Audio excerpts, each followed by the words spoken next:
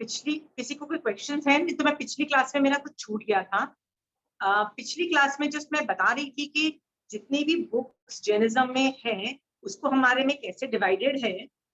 तो Jainism as a दर्शन के अंदर बहुत सारी बुक्स हैं। कहीं कहीं लाइब्रेरीज में तो 50,000 से ज्यादा बुक्स हैं।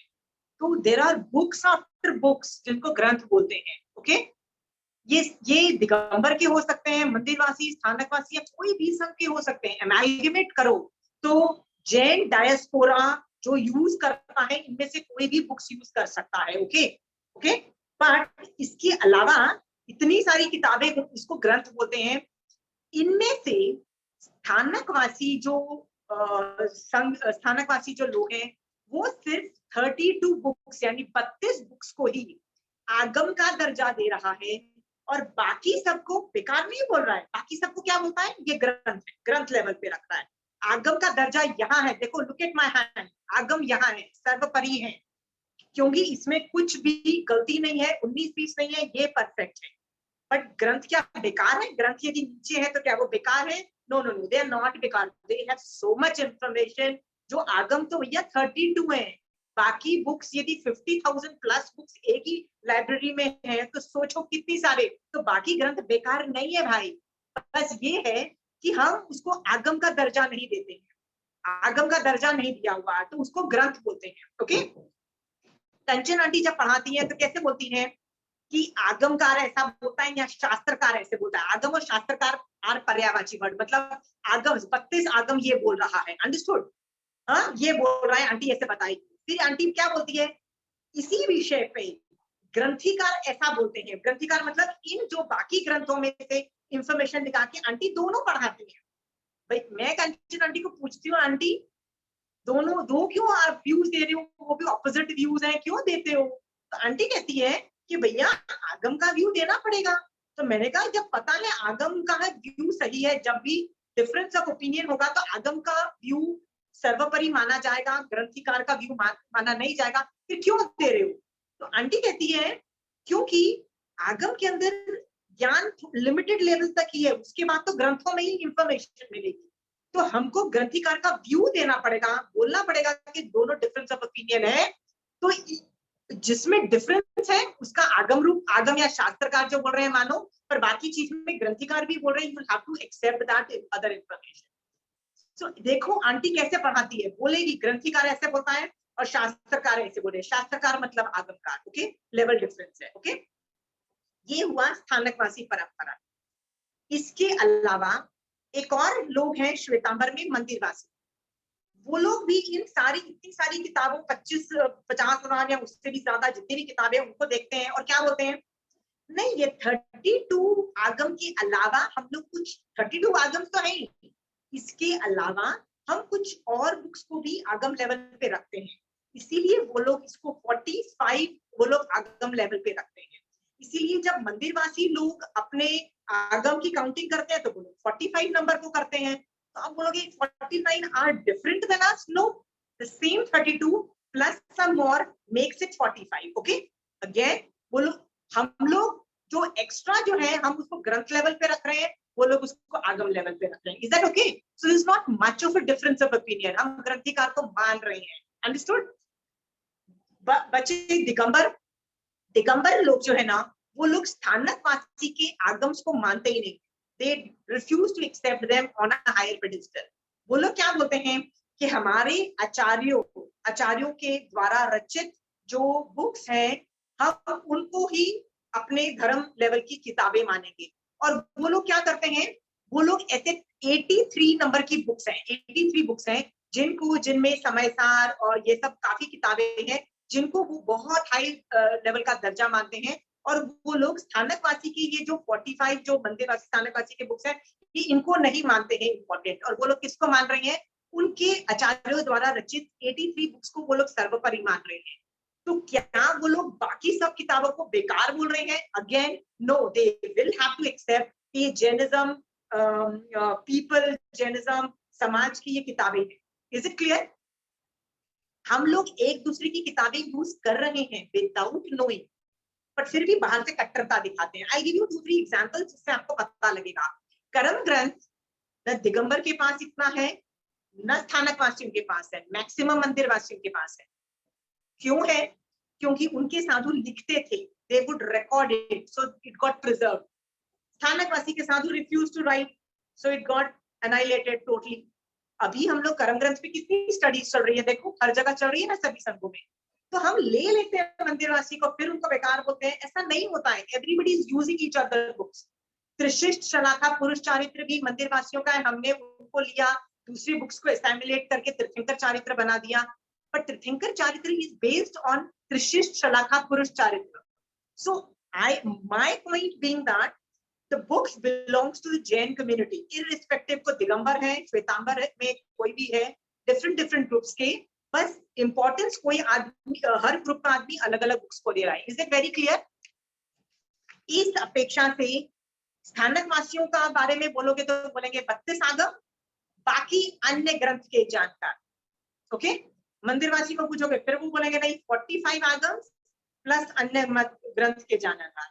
दिगंबर को बोलोगे तो वो 83 बोल के कुछ बोलेंगे plus the other books, they will talk like that. Are we very clear that how the books are divided and how we are not different? The books matter remain same. Okay, that is, जब आपको ये चीजें जो academics करता है ना उसको समझ में आता है कि भैया कई चीजें दिगंबरों के पास है, इतना हाई एनालिसिस, इतना हाई लेवल का एनालिसिस समय सार में 9 तत्व पे निश्चय लेवल का कर दिया, इतना हाई लेवल का एनालिसिस, आप उसको लोगे और उनको थैंक यू करोगे और उनको दो गाली नहीं दोगे कि यार तुम तो हो ही नहीं जैन, ऐसा नहीं होता है। We take from each other. Do you understand? We are taking. So please learn to respect the Jain community as such and not get divided into groups.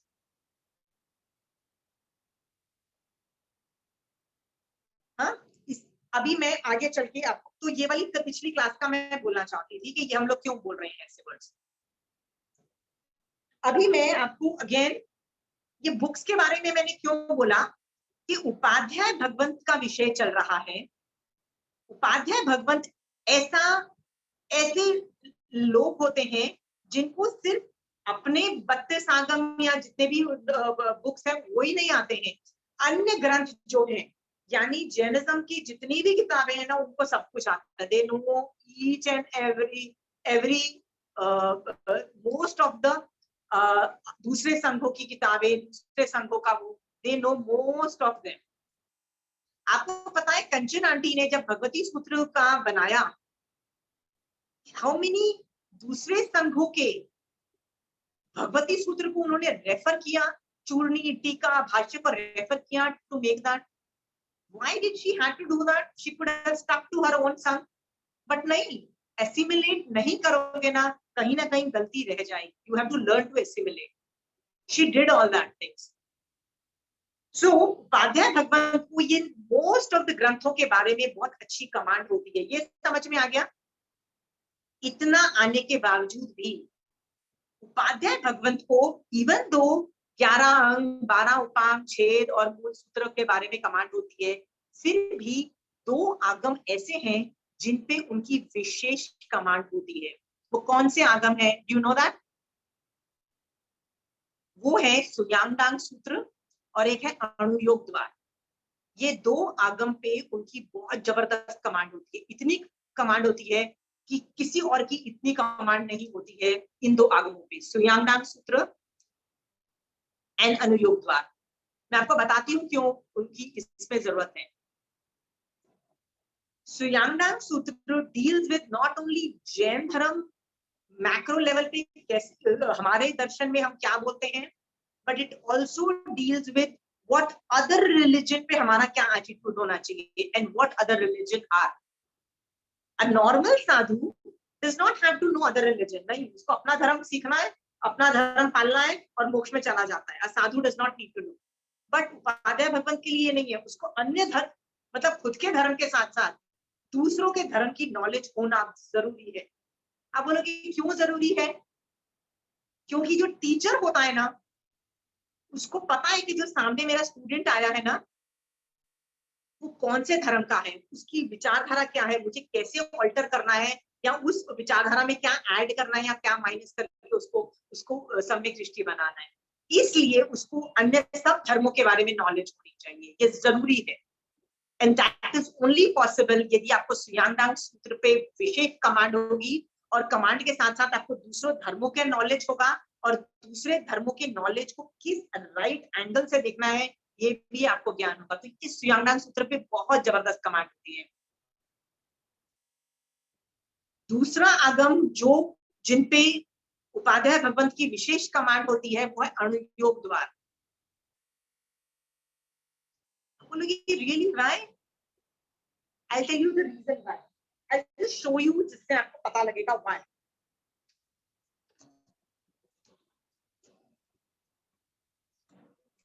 See, this is an agam known as Anuyog Dwar, okay? ये मूल सूत्र के अंतर्गत आता है।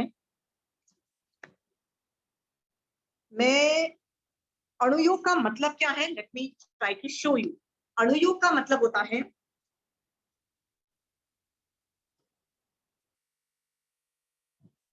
जो भी आगम में लिखा है ना उसको किस प्रेजेंटेशन से प्रेजेंट करना in the right, depending on the parishad, depending on situation, depending on the time, ये सारा चीजें फैक्टर इन करके क्या अर्थ करके क्या यूज करना, इसको बोला जाता है अनुयोग। अनुयोग द्वार, अनुयोग इज मोर अबाउट प्रेजेंटेशन। पहले जमाने में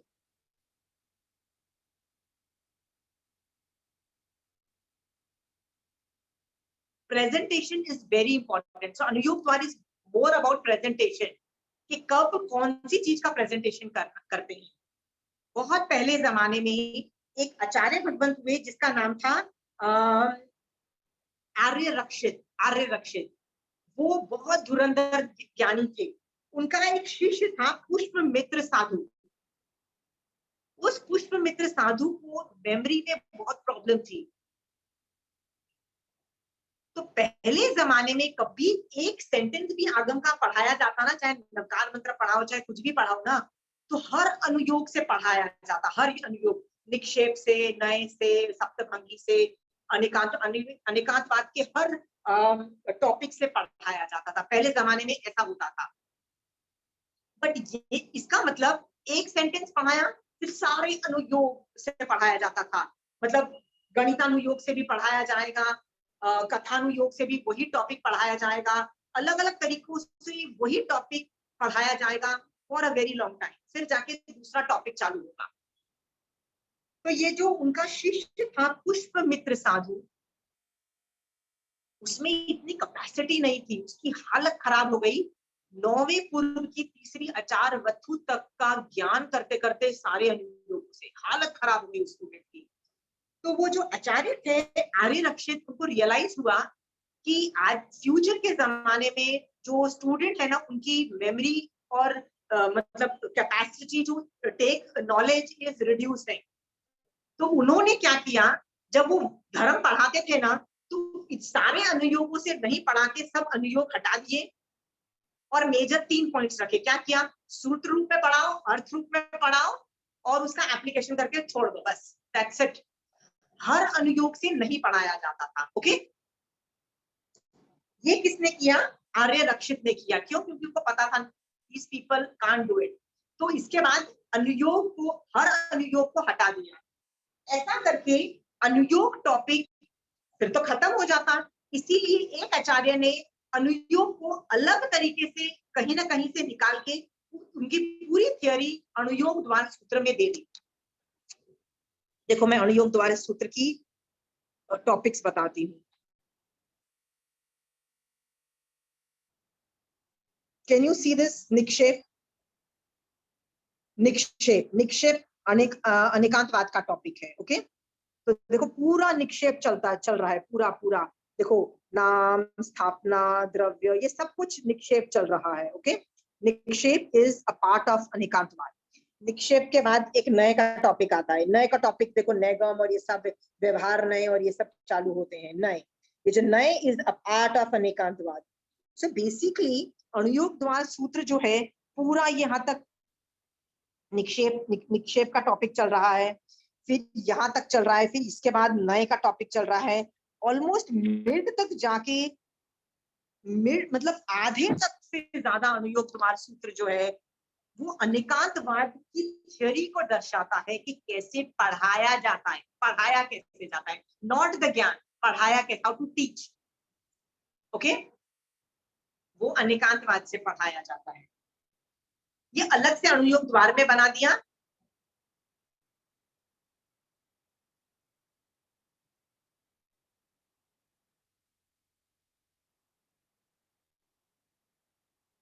सो अनुयोग द्वार सूत्र was developed to describe the theory of presentation. Presentation या सामने वाले को पढ़ाने का जो तरीका होता है ना, उसको अनुयोग द्वार सूत्र में डाल दिया। ओके, बिकॉज गलत अनुयोग करोगे, एक सेंटेंस का गलत अनुयोग कर दिया तो अर्थ का अनर्थ हो सकता है ना। पढ़ाने वाला यदि गलत इंटरप्रिटेशन कर देगा तो अनर्थ हो सकता है ना। ओके, इसलिए anuyog is very important, super important for teachers, not for student. Student के लिए भी गुड, यदि वो समझ जाए तो बहुत अच्छा, पर टीचर के लिए ये बहुत ज्यादा जरूरी है, बहुत ज्यादा जरूरी है। तो जो टीचर है ना, उसको बहुत जबरदस्त कमांड होती है अनेकांतवाद के नॉलेज पे, और उसको कब कौन से अनुयोग को यूज करना, मतलब कब न यूज करना, कब व्यवहार न यूज करना, कब निश्चय न यूज करना, कब निक्षेप करना, कब प्रमाण यूज करना, इसकी कमांड किसके पास होती है? पढ़ाने वाले। क्यों चाहिए उसको प्रमाण? मैं आपको एक एग्जांपल बताती हूँ। मैं एक बार क्लास ले रही थी, तो एक स्टूडेंट ने ऐसे ही मुझे बोला कि यार मैं दो समाहित करती हूँ रोज। तो मैंने 5 मिनट तक उसको सुनाया, क्या तू अभी भी 2 समाहित कर रही है, तीसरी समाहित रोज ऐड कर। कहती है नहीं बहुत डिफिकल्ट है, टाइम नहीं मिलता। तो मैं उसको 5 मिनट तक उसको मोटिवेट करती रही, नहीं नहीं नहीं, देखो ना यहाँ से टाइम बचाओ, ये करो वो करो, पर तीसरी समाहित फिट करो। मैं उसको कुछ ना कुछ 5 मिनट तक उसको लेक्चर देती रही। क्या बोलती रही? यार 2 समाहित is not good enough, add the third समाहित। ओके, 3 समाहित करो। मैं उसको 5 मिनट तक ब्रेन वॉश करती रही। जैसे ही मैंने खत्म किया, दूसरे स्टूडेंट से मैंने पूछा तेरा क्या सिचुएशन है, तेरी कितनी समाहिक हो रही है? उसने कहा यार मेरी एक होती है, वो भी ना मुश्किल से होती है, घर में ये प्रॉब्लम है, घर में वो प्रॉब्लम है। उसने बताया कि मेहमान के साथ साथ बीमारी है, ये है वो है वो है। तो मैंने उसको क्या बोला, अरे यार तू समाहिक छोड़, एक करती है ना वो भी मत कर। क्या कर? तो कहती है क्या करूं? कहती है नहीं नहीं नहीं। मैंने कहा यार निश्चय ऐसे कोई और धर्म की एक्टिविटी कर लो, व्रत पचखान ले लो, पर प्लीज समाहिक मत करो। राइट, घर में कोई बीमार है तो कोई समाहित करने की जरूरत नहीं है। कहती है नहीं मुझे बहुत बुरा लगता है। मैंने कहा नहीं, बिना समाहित के भी other things which qualify dharma, please don't have to do समाहिक, right? Please don't do समाहिक। सोचो, मैंने 5 मिनट के अंदर एक आदमी को क्या बोल दिया, यार तू बेकार है, 2 समाहिक करता है, तीसरी समाहिक कर। और उसी वक्त दूसरे को क्या बोल रही हूँ, यार तू एक भी मत कर यार। स्टूडेंट क्या सोचेगा? स्टूडेंट क्या सोचेगा, यार ये तो बड़ा पार्शियलिटी कर रहे हो। एक आदमी को तो खरी खोटी सुना रहे हो कि भैया तू कर नहीं रहा इनफ, और एक आदमी जो एक कर रहा है उसको बोलते यार मत कर। Am I not partial? But I know as a teacher why am I pushing the other person for व्यवहार नहीं, मैं उसको क्यों पुश कर रही हूँ। और मुझे पता है कि मैं दूसरे स्टूडेंट को क्यों बोल रही हूँ यार व्यवहार में को छोड़, तू निश्चय से कुछ कर लेना, बट अभी डोंट वरी अबाउट व्यवहार में, will figure it out later. Okay, why I know as a teacher.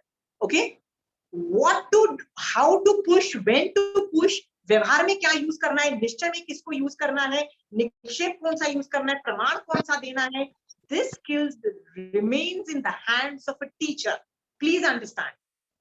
और ये टीचर का प्रोगेटिव है, ये स्किल्स हमें डेवलप होते होते आते हैं, ये अपने आप नहीं आते, ये डेवलप करने पड़ते हैं। It requires a lot of strength. Okay, so मैं टीचर के एंगल से बताती हूँ कि यदि एक टीचर में ये एबिलिटी नहीं है ना, अनेकांतवाद की बोलने की कैपेसिटी नहीं है ना, कि कौन सा नए, कौन सा कब कहाँ यूज करना, तो द टीचर का हालत खराब हो सकती है, द टीचर के नॉट मतलब प्रॉब्लम आ सकती है। ओके, तो अनुयोग वर्ड समझ में आ गया। अनुयोग द्वार को समझाने के लिए मेरे पास एक और लाइन है, कैन आई यूज दैट? भजन की लाइन में थोड़े दिन पहले ही मैंने एक भजन दिया था, तो उससे आपको ना ये अनुयोग द्वार का मैसेज बहुत अच्छा लाउड एंड क्लियर मिलता है। It's a beautiful line. तो मैंने सोचा था आपको अनुयोग द्वार के बारे में बता दूं। आई कैन शो यू, ये भजन भेजा हुआ है मैंने, लास्ट भजन जो था। ठीक है, चलो मैं ऐसे पढ़ के बोल देती हूँ। देख let me just read it out. एक तीर्थंकर भी अपने को यहाँ कहते हैं श्रमण सुमन। मतलब एक तीर्थंकर भगवंत भी अपने आप को क्या बोल रहे हैं? श्रमण बोल रहे हैं। मतलब एक तीर्थंकर भी अपने आप को साधु बोल रहा है। Can you beat that? Is it okay और नॉट? Is it okay? हाँ, देख तीर्थंकर भी अपने को यहाँ कहते श्रमण सुमन। मतलब मैं श्रमण हूँ। तीर्थंकर भी अपने आप को साधु बोल रहा है, which is okay, which is true, right? That is not wrong. संयम सब पे रखना, कभी ना रखना पाप मन। मतलब मन में नेगेटिविटी मत लाओ, पॉजिटिव मन लाओ। और ये मैसेज आ रहा है, संयम सब पे रखना, कभी ना रखना पाप मन। उसको अणुयोग द्वार कहता भाव सामायिक भगवान। इसका मतलब यदि कोई आदमी मन से संभाव रख रहा है और बॉडी से सामायिक नहीं भी कर रहा है, महावीर स्वामी भगवान अनुयोग द्वार उसको एक्सेप्ट कर लेता है कि ये इसकी सामायिक चल रही है, इवन दो वो सामायिक नहीं चल रही है, उसको बोलते हैं भाव सामायिक। इसका मतलब क्या है? ये दो चीजें अनुयोग से समझ में आई है। एक तीर्थंकर को बोल दिया साधु अपेक्षा से। कब एक तीर्थंकर को साधु बोलना है, इट इज एक्सेप्टेड। और कभी व्यवहार बॉडी यदि मन से हम संभाव में हैं तो भी हो गया। आपको लगेगा मैं एक आगम को नटशेल में आपको बता रही हूँ कि एक आगम का जिस्ट दे रही हूँ। अणुयोग द्वार कितना डिफिकल्ट आगम है, one of the most difficult आगम। ये दो आगम पे जिसकी बहुत एडवांस लेवल की कमांड होती है, उसी को ये पद दिया जाता है उपाध्याय पद का पद। अंडरस्टूड? क्योंकि बिना अनुयोग द्वार के प्रेजेंटेशन इज नॉट पॉसिबल। अनेकांतवाद का कमांड चाहिए। ओके,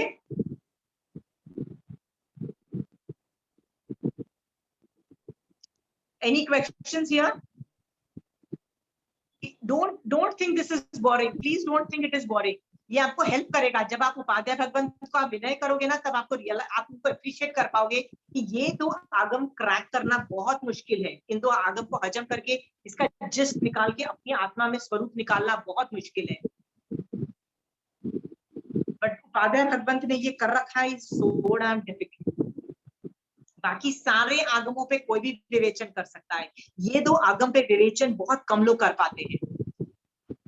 अनुयोग द्वार के जो पीछे के जो चैप्टर है ना, जिसके डाला पाला और ये सब दूसरे लोग भी हैंडल कर लेंगे। पर जो स्टार्टिंग का जिसमें निक्षेप नए और ये सब है ना, बहुत कम साधु हैंडल कर पाते हैं, बहुत कम।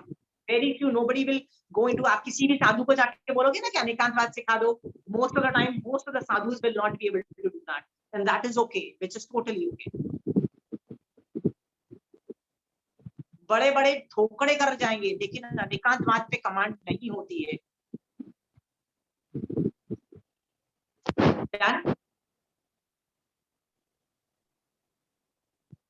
Lakshmi ji, you want to say something?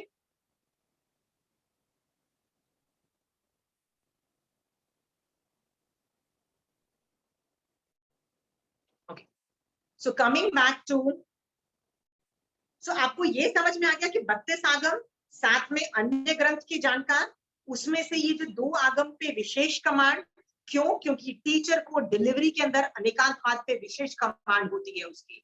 Okay okay, so now I am teaching you that's. अभी ये वाला अनुयोग, ये टॉपिक खत्म हो गया। अब मैं एक और चीज सिखा रही हूँ, वो है कि यदि मुझे जैन धर्म पढ़ाना है, आई am a teacher of Jain धर्म, मेरे को क्या जरूरत है? पहली चीज मुझे जरूरत है, I need to have a command of Jainism. Okay? If I don't have a command of Jainism, फिर मैं कैसे जैनिज्म पढ़ा सकती हूँ? बताओ।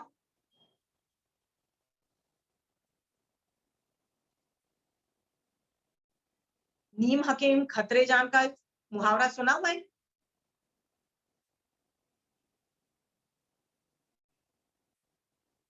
Don't attempt that. Don't try to be a teacher यदि आपको जैन धर्म पे फुल कमांड नहीं है तो। आप सामने वाले का बाजा बजा सकते हो, उसको वो अच्छा भला धर्म सीखने आया था, तुम नहीं सिखाते तो किसी और के पास जाके ढंग से सीख लेता। तुमको कुछ आता नहीं है, 9 तत्व पे विशेष कमांड नहीं है, उसको क्या कुछ भी पढ़ा के उसको मोक्ष मार्ग में नहीं भेज के भैया लोग क्या कर रहे हैं, पुण्य तत्व में डाल के कहाँ कहाँ घुसेड़ते हैं, पाप तत्व भी एक्टिवेट कर देते हैं, क्या क्या करके मिथ्यात्व के कर्मबंध बांधते हैं। देखो, are you ready to be a Jain teacher? Please understand, you have to have a command of Jainism. 32 आगम पढ़े हैं ना आपने, तो ही ये चीज अटेम्प्ट करना प्लीज टीचर बनने के लिए।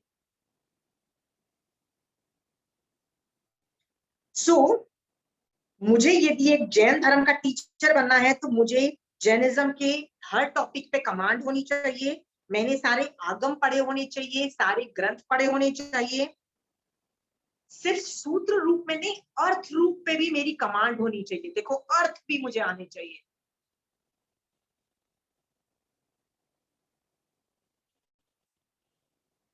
फोर्थ नंबर पॉइंट है, I have to teach with the right anuyog also. मतलब अनुयोग मतलब जब मैं पढ़ा रही हूँ ना तो सही अनुयोग लगाओ, जहां व्यवहार नहीं लगाना है वहां व्यवहार नहीं, जहां निश्चय नहीं लगाना है वो नहीं लगाओ, राइट? कहाँ कथान योग लगाना है, कहाँ कौन सा योग लगाना है, I need to have a command of that.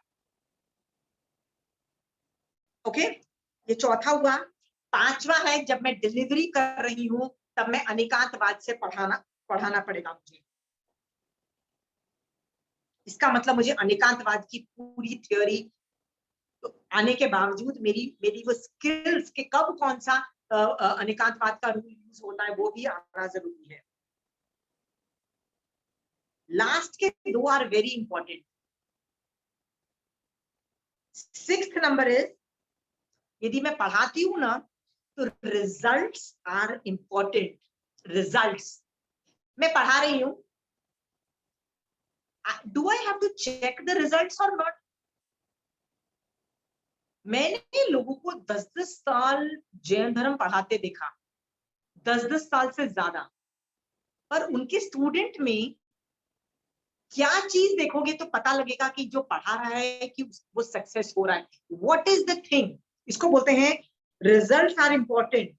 तो क्या मैं देखूंगी स्टूडेंट में जिससे मुझे पता लगेगा कि जो आदमी पढ़ा रहा है सही जा रहा है? What will I check in the students? Tell me, anybody wants to give it a try? Chanchal ji, you please do not answer. Chanchal ji, you are, Pooja, you want to answer? मोक्ष मार्ग के लिए वो जैन धर्म पढ़ रहे हैं, मोक्ष मार्ग के लिए जैन धर्म पढ़ रहे हैं। So you are saying कि मोक्ष मार्ग, yeah, but there is another word which I'm looking for to know कि सामने वाला धर्म कर रहा है, में धर्म चालू हो गया है। क्यों एक अक्षर से तुम सब कुछ समझ जाओगे। Anybody else wants to give it a try? Vinita ji, you want to give it a try? Shobha ji, you want to give it a try? देखते हैं, क्या विनीता जी? स्वभाव में फर्क देखते हैं। स्वभाव में फर्क, okay, not bad, not bad. What you mean is कषाय में reduction, is that what you are saying? But okay, not bad, not bad. These are subsidiary side effects. Subsidiary, okay, Vinita ji? Subsidiary मतलब फर्स्ट नहीं है, second number पे। Yes, kashay control is also, मतलब वीतराग दशा प्रकट हो रही है कि नहीं हो रही है, specific. So you are right, but first number का मैं एक चीज मांग रही हूँ, एक स्पेसिफिक अक्षर मांग रही हूँ। Anybody else? Rajni ji, anybody wants to give it a try? I will. या चंचल जी, there is nobody, so आप बताइए। सम्यक दर्शन की स्पर्शना हुई है उनमें, एटीट्यूड में। Dead on. सम्यक दर्शन के व्यवहार, सम्यक दर्शन प्रकट दिख रहा है कि नहीं दिख रहा है? This is my indicator. मैं जब भी पढ़ाती हूँ ना तो मैं ये बैरोमीटर से चेक करती हूँ कि मेरे स्टूडेंट में सम्यक दर्शन प्रकट हो रहा है कि नहीं हो रहा है। This is known as, this result is important. मैं 10 साल पढ़ा हूँ और मेरे स्टूडेंट में ज्ञान तो कौन से कहां ले गए, कहां से कहां, मतलब थोड़ों में एक्सपर्ट, कंठस्थ में एक्सपर्ट, पाठ्यक्रम के एग्जाम में 100 on 100। पर यदि सम्यक दर्शन की स्पर्शना एक भी आदमी नहीं कर रहा है तो समझ लेना the results are not good enough. It's not making a very big dent. So first thing I check in as a result orientation is सामने वाला आदमी में सम्यक दर्शन की स्पर्शना हुई है कि नहीं हुई। I keep checking. Okay? And जो सेकंड विनीता जी ने बोला कि यस कषाय कंट्रोल, वीतराग दशा प्रकट हुई है, कट्टरता तो नहीं रह गई है। I do check on all those parameters also. I am not saying, मैं भी उनका देखती हूँ कि यार कट्टर जो थे, कट्टरता खत्म हुई और उनका जो दूसरे धर्मों को गाली देना और एंगर इश्यूज ये सब कंट्रोल हुए, कषाय कंट्रोल, मैं सब कुछ चेक करती हूँ, बट मेन इज सम्यक darshan. Okay, this is the result of gyan. ये मैं चेक करती हूँ। मेरा पढ़ाऊं और किसी को सम्यक दर्शन, 10 साल पढ़ाऊंगा फिर भी एक भी जन को सम्यक दर्शन नहीं हो, sad scene, very sad scene. Okay, so result में एक ही यदि रिजल्ट लेना होगा तो सम्यक दर्शन होगा, क्योंकि जिसको सम्यक दर्शन होगा कषाय रिडक्शन अपने आप होगा, बाकी सब चीजें आर मतलब सब्सिडरी फैक्टर्स वो आ जाएंगे। सम्यक दर्शन मेक्स एवरी चारित्र भी ले आता है। Okay, so main minimum passing marks, minimum जैसे हम स्कूल में जाते थे तो मिनिमम पासिंग मार्क्स कितने थे? 35 होते थे ना हमारे जमाने में। तो हम क्या बोलते थे कि यार 35 मार्क्स आ जाए भैया, पास हो जाए, हम बोलते थे कि नहीं बोलते थे हमारे जमाने में? तो आज आपके लिए भी, आप जैन धर्म पढ़ रहे हो, मिनिमम पासिंग मार्क्स मरने के पहले ना सम्यक दर्शन की स्पर्शना कर लेना। ओके, ज्ञान में बहुत आगे चले गए हो, गमान जैसा ठोकड़ा भी आता है, सम्यक दर्शन है कि नहीं है? Please check yourself. नहीं है तो अपने गुरु को ही, जो पढ़ा रहा है ना उसी को पूछ लो, please check whether I have samyak darshan और नॉट। जो भी पढ़ाता है ना आपको, वो व्यवहार सम्यक दर्शन की के जो पैरामीटर्स हैं उसको चेक करके वो आपको बता देगा कि यार व्यवहार सम्यक दर्शन तो दिख रहा है कि नहीं दिख रहा है, वो बता देगा। निश्चय सम्यक दर्शन तो वैसे भी केवली भगवंत के ज्ञान का विषय है, वो नहीं जाना जा सकता, बट व्यवहार सम्यक दर्शन अपने प्लीज टीचर को बोलो चेक करो मेरा। ओके, और यदि नहीं प्रकट हुआ है तो push it, you have to push it, because जैसे आपके बच्चा फेल हो रहा है, 20 मार्क्स ला रहा है, तो आपको उस बच्चे को पुश करते हो ना, नहीं बेटा इतना तो पढ़ ले कि 35 मार्क्स आ जाए, पास हो जाए, आप पुश करते हो ना बच्चे को। तो भैया मैं भी आपको पुश कर रही हूँ कि भैया सम्यक दर्शन की स्पर्शना कर लो भैया, right? My job to push you for the bare minimum passing marks in Jainism, which is सम्यक दर्शन की स्पर्शना। नहीं तो आपने कुछ भी नहीं किया है, ये भाव काउंट में ही नहीं आएगा। देखो महावीर स्वामी भगवान के ने नायसार के भव के पहले कितने सारे भव किए होंगे, कहीं काउंटिंग में नहीं आते। कब से काउंटिंग में आए? जिस भव में उन्होंने सम्यक दर्शन की स्पर्शना की। सारे तीर्थंकरों के साथ यही है, सारे लोगों के साथ यही है, जिस भव में उन्होंने सम्यक दर्शन की स्पर्शना की उस भव से उनकी काउंटिंग चालू होती है। उसके पहले जितने भी भव थे, who bothers, आपने अच्छा काम किया, अपने कषाय कंट्रोल किए, who's bothered, आप बहुत ज्ञानी थे, आपने 9वें पुर की तीसरी अक्षार वस्तु तक का ज्ञान किया था, who's bothered, there is no value of it, क्योंकि आपने सम्यक दर्शन की स्पर्शना नहीं की उस भाव में। Understood? So the bare minimum requirement of teaching is student में सम्यक दर्शन प्रकट हुआ है कि नहीं है। This is a barometer. Are we clear?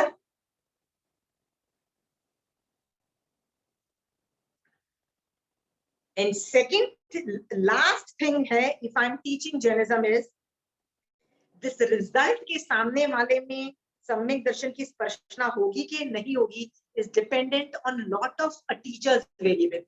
Teacher में बहुत चीजें हैं, मतलब it is dependent on a lot of variables. वो कौन से variables है which we will see now. I'll teach you that. Okay? So results,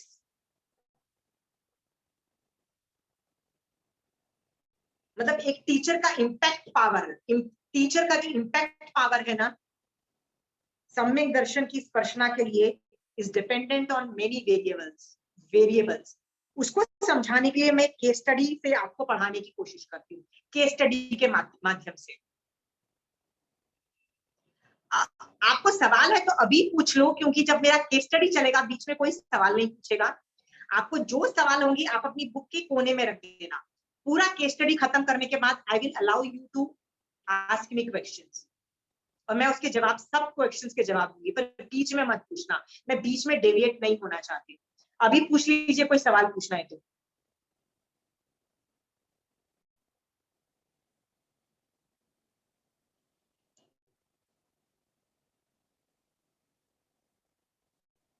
no? Okay, बात चल रही है उपाध्याय भगवंत कौन है। तो मैंने पहले बोला कि जो साधु पढ़ाता है उसको मतलब has to be a sadhu, has to be a teacher, उसको उपाध्याय की पदवी दे दी जाती है, ऐसा बोला जाता है ना। तो इसी बात को मैं एलॉबरेट करती हूँ एक केस स्टडी के माध्यम से कि दो टीचर्स हैं, दो टीचर हैं, क्या मैं टीचर हूं? तो आप बोलोगे yes I am a teacher, Kanchan aunty is also a teacher, there are lot of people who are teachers ना, I am also a teacher, right? Most of the sadhus are also teacher, lot of shravaks are a teacher, done। तो मैं इस case study में दो teacher लेती हूँ, एक है आशिमा एज ए टीचर, मतलब आई एज ए टीचर, एंड तीर्थंकर भगवंत एज ए टीचर। ओके, हम दोनों टीचर है। तीर्थंकर भगवंत भी तो टीचर ही है ना, टीचर मतलब he is actually a teacher, what exactly is he is teacher. हाँ, so there are two teachers, I am a teacher and तीर्थंकर भगवंत इज अ टीचर। मेरे पास भी कोई सिचुएशन आता है, मतलब स्टूडेंट्स आते हैं, मैं क्या करती हूँ, मान लो आप कोई प्रॉब्लम लेके आए, तो मैं भी गेसवर्क करती हूँ कि यार इस आदमी का ये प्रॉब्लम चल रहा है, तो ये अंतराय कर्म का उदय भी हो सकता है, ये ज्ञानावंडी कर्म का भी प्रॉब्लम हो सकता है, मोहनीय कर्म का भी प्रॉब्लम हो सकता है। सो मैं गेसवर्क करती हूँ, गेसवर्क करती हूँ, किससे करती हूँ? महावीर स्वामी भगवान के ज्ञान से, आठों कर्मों का ज्ञान, नौ तत्व के ज्ञान, अनेकांतवाद का ज्ञान, बहुत सारी थ्योरीज के ज्ञान से मैं उस सिचुएशन को एनालाइज करती हूँ और मैं उसमें इंटरवेंशन देती हूँ कि भैया इस सिचुएशन में तू ऐसे कर ले, ठीक है? This is what I do as a teacher, right? जैसे आप में से कोई आया और बोलता है कि यार मेरे को ना मेरे को नींद नहीं आती है, right? Some student of mindset मुझे नींद नहीं आती है। So I used my Jainism knowledge and I said, boss, I don't know ये कौन सा कर्म उदय है, because sleep is generally governed by दर्शनावण्य कर्म। दर्शनावण्य कर्म में 5 तरह की निद्रा है ना, even though it is controlled by that कर्म, but जरूरी नहीं है। ये अंतराय कर्म का उदय भी हो सकता है। कैसे अंतराय कर्म का उदय हो सकता है? क्योंकि तुम ठीक से रात को सो नहीं पाई हो। होता है ना कि आदमी छटपटाता है, उल्टा सीधा होता है, पर सो नहीं पाता है, तो वो जब वो सुबह उठता है तो इतना थका हुआ होता है कि ना समाहित कर पाता है, न वो स्वाध्याय कर पाता है, कुछ कंठस्थ नहीं होता है। All these things are this thing.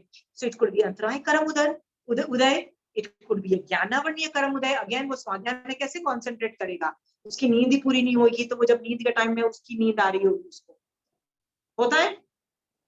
It could be a मिथ्यात्व उदय, इट कुड बी अ असाता वेदनीय कर्म उदय। कैसे? बॉडी में कोई असाता होती है ना, कभी तो आदमी को नींद नहीं आती है ना, ऐसा होता है ना, मेडिकल इश्यूज की वजह से भी आदमी की रातों की नींद, ही कांट स्लीप, पेन की वजह से। It could be asata. तो आठों कर्मों में से ना, मैं तो इवैल्यूएट करके सामने वाले को दे देती हूँ, देख भाई आठों कर्मों में से ये कौन से कर्म का भी उदय हो सकता है। किसी की भी कोई भी कर्म की प्रगाढ़ उदय की वजह से ये प्रॉब्लम आ सकती है। मैं आइडेंटिफाई नहीं कर पा रही हूँ पिन पॉइंटेडली, बट तू आइडेंटिफाई कर पाता है, तो तू देख लेना कि ये किसकी लग रही है। It could be any. But यदि मैं किसी आदमी को स्पेसिफिक जानती हूँ तो मैं ज्यादा एक्यूरेटली कर पाऊंगी, बट इतना भी एक्यूरेटली नहीं कर पाऊंगी। ओके, बट यदि तीर्थंकर भगवंत के पास एक आदमी जाता है कि महावीर स्वामी भगवान मुझे बताओ कि मेरे को नींद नहीं आती है, तो महावीर स्वामी भगवान रफ अराउंड एस्टिमेशन नहीं करेंगे, वो एग्जैक्टली बोलेंगे। क्या बोलेंगे? आज से 49 भव पहले तूने इस भव के अंदर तूने ये गलत काम किया था, पाप का काम किया था। इट कुड बी एनी, मतलब वो तो अपने केवल ज्ञान से एग्जैक्ट देख रहे हैं, तुमने इतना टाइम ऐसे लोगों के साथ ऐसा बर्ताव किया था जिसकी वजह से तूने ये कर्म बांधे, और ये कर्म की उदय से तेरी ये जो प्रॉब्लम है इतने टाइम चलेगी, और तेरे को उसमें इतना रस है, इतनी स्थिति है, और इतना तेरा बाजा बजेगा। वो पूरा महावीर तीर्थंकर भगवान बता देंगे ना, बिकॉज ही हैज केवल ज्ञान। सो उनका जो डायग्नोसिस है, इंटरवेंशन है, वो बहुत एग्जैक्ट होता है कि तुम ऐसे कर लो, तुम ऐसे कर लो, ऐसा होता है। Okay, intervention is perfect and 100% impact होता है। याद रखो, मेरा इतना, even though I am a teacher, मेरा इम्पैक्ट इतना नहीं है। ओके, इसीलिए आप देखो तीर्थंकर भगवंत जो है, अभवी जब उनके पास आता है, अभवी जी, तो उनको क्या बोलते हैं? चुप रहते हैं। क्यों? खाना नहीं बोलते कि तुम दीक्षा ले लो, क्योंकि उनको पता है दीक्षा लेने के बाद भी सम्यक दर्शन की स्पर्शना नहीं होगी, ये जीव मोक्ष में नहीं जा पाएगा, इसीलिए हाँ नहीं बोलते हैं। पर ना भी क्यों नहीं बोलते हैं कि ना बोलेंगे और वो दीक्षा नहीं लेगा तो संसार में रुलेगा और 50 तरह के पाप के काम करेगा और मर के नरक में जाके मतलब दुख भोगेगा। उससे अच्छा तो यार मैं चुप रहूंगा ना, तो वो दीक्षा ले लेगा और इतने गंदे काम तो नहीं करेगा, तो नरक में तो उत्पन्न नहीं होगा, क्या पता तिर्यंचर मनुष्य में थोड़ा टाइम स्पेंड कर लेगा, एटलीस्ट उसको असाता के कर्म नहीं बांधेगा। इस वजह से तीर्थंकर भगवंत का इंटरवेंशन क्या होता है, चुप रहने का होता है उन दैट टाइम्स। ओके, कई केस ऐसे भी आते हैं जो निकाचित लेवल के कर्म उदय वाले होते हैं, जैसे नंदी सेन एक राजकुमार था, वो जब तीर्थंकर भगवंत के पास आया तो तीर्थंकर भगवंत ने क्या बोला, sorry don't take diksha because तू गिरेगा, मतलब you will not be able to do that because तेरे भोगावली जो कर्म है ना वो निकाचित लेवल के हैं, तू डेफिनेटली गिरेगा, सो डोंट टेक थिंग। उसने बोला नहीं नहीं नहीं आई वांट टू, एंड उसने जबरदस्ती दीक्षा ले ली। दीक्षा लेने के बाद वो जब उसके भाव गिरे तो मतलब थोड़े टाइम के लिए वो गिरा, फिर वापस स्थिर होकर केवल ज्ञान प्राप्त करके मुक्त किया। That's a different theory. My point is Kevali Bhagwant pin pointed precision से परफेक्ट इंटरवेंशन कर पाते हैं, एग्जैक्टली उनको कर पाते हैं। आई एम अ टीचर बट मैं परफेक्ट नहीं कर पाती हूँ, मैं रफ अराउंड एस्टिमेशन करती हूँ। Are you clear? Can you understand the difference? Comparative study में ना एक आदमी को बहुत ऊंचा बोला जाता है, एक आदमी को नीचा बोला जाता है। मैं आप बता रही हूँ कि मैं भी टीचर हूँ, तीर्थंकर भगवंत भी टीचर है, दोनों सही बोल रहे हैं। आपको क्या लगता है मैं बेकार बोल रही हूँ, मैं गलत बोल रही हूँ? Am I teaching wrong? मैं कुछ गलत नहीं बोल रही, मैं बिल्कुल आगम से महावीर स्वामी भगवान की ही वाणी बोल रही हूँ। Still my intervention is less, not perfect. I do mistakes, I can do mistakes, मैं mistakes करना नहीं चाहती हूँ, but because of my I have mati shruti ज्ञान which is not perfect,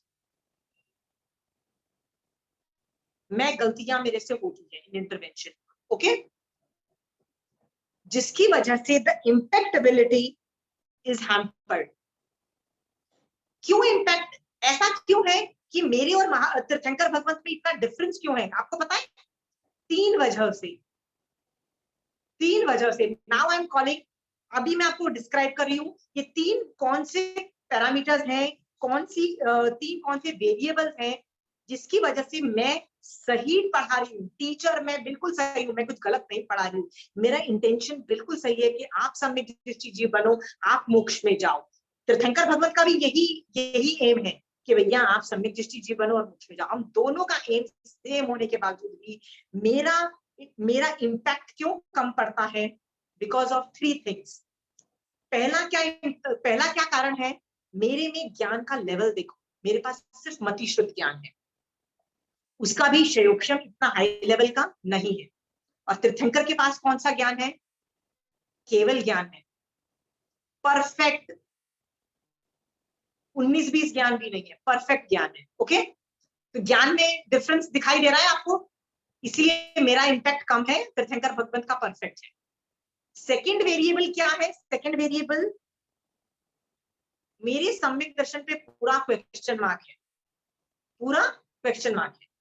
यदि है भी तो टिका के रखा हुआ है कि नहीं रखा, ये भी क्वेश्चन मार्क है। नॉट पॉसिबल टू नो के कांस्टेंट सम्यक दृष्टि हो, total question mark, not possible, not an easy thing, क्योंकि सम्यक दर्शन को टिका के रखना वेरी डिफिकल्ट जॉब है, ऐसा भगवान ने बोला है। सो मेरे सम्यक दर्शन स्पर्शा है कि नहीं है, that is also big question mark. यदि स्पर्श लिया है तो फ्लक्चुएशन में अभी सम्यक दर्शन है कि नहीं है, that is also question mark. इसकी वजह से भी मेरा इम्पैक्ट पावर कम है। अंडरस्टूड? ऑन द कॉन्ट्ररी, तीर्थंकर भगवंत के पास सम्यक दर्शन है कि नहीं है, आप बताइए। है ऑल टाइम। क्या उनका सम्यक दर्शन कम हो जाता है या कभी गिर जाते हैं सम्यक अवस्था से? आप बोलोगे नहीं नहीं, they have passed that stage, अभी वो मिथ्यात्व में नहीं गिरे। इसका मतलब they have samyak Darshan all the time, guaranteed. उसकी वजह से आप देखो मेरे में मेरा लेवल और उनके लेवल में डिफरेंस क्या है? सम्यक दर्शन की तर्कमरता में भी डिफरेंस है। डिफरेंट है ना, they will not fall and they always have सम्यक दर्शन। उसको बोलते हैं यथाख्यात सम्यक दर्शन है, ठीक है, मतलब एक बार सम्यक दर्शन आ चुका है, they will not go back, okay। The third variable which makes me and Tirthankar Bhagwat different is the चारित्र। मेरे पास कौन सा चारित्र है? श्रावक चारित्र, श्रावक चारित्र, ओके। मान लो मेरे श्रावक चारित्र से आज मैं 5 समायिक करती हूँ, कल कुछ मेडिकल प्रॉब्लम आने की वजह से क्या पता मैं 5 समायिक का 0 समायिक भी हो सकती है, अंडरस्टूड। बट तीर्थंकर भगवत का कौन सा चारित्र है बताइए? यथाख्यात चारित्र। साधु चारित्र भी नहीं है, उनका कौन सा चारित्र है? यथाख्यात, मतलब एक बार आया वो वापस नहीं जाएगा, परफेक्ट। लोकस्थ में क्या बोलते हैं? चंदेसु निम्लेरा, चंद्रमा से भी ज्यादा निर्मल। वो चाह के भी कुछ गलती नहीं कर सकते हैं, क्योंकि यथाख्यात चारित्र है। चाह के भी क्रोध नहीं कर सकते, चाह के भी लोभ नहीं कर सकते। कैपेसिटी टू डू क्रोध मान माया लोभ also goes away। मतलब दैट लेवल ऑफ निर्मलता, दैट लेवल ऑफ निर्मलता कि चाह के भी फोर्स एंड मैं उनके तीर्थंकर भगवंत के सर पे गन रख और बोलूं नहीं क्रोध करके दिखाओ, तो वो बोलेंगे बॉस मेरे पास मोहनीय कर्म नहीं है ना, तो मैं क्रोध ही नहीं कर सकता। I mean that level of निर्मल हो चुके हैं कि वो मतलब अंडर नो सर्कमस्टेंसेस वो कषाय नहीं कर सकते। दैट लेवल ऑफ यथाख्यात चारित्र इज देयर, अंडरस्टूड। ये 3 वेरिएबल्स डिफरेंट होने की वजह से ऐसा नहीं है कि मेरे में ये तीनों वेरिएबल्स नहीं है, मेरे में है बट बहुत कम मात्रा में है, क्वांटिटी बहुत कम है। मैक्सिमम किसके पास है? तीर्थंकर भगवंत के पास हाईएस्ट लेवल की है। अब समझ में आया क्यों डिफरेंट है? Me as a teacher and तीर्थंकर भगवंत एज ए टीचर में क्या फर्क है?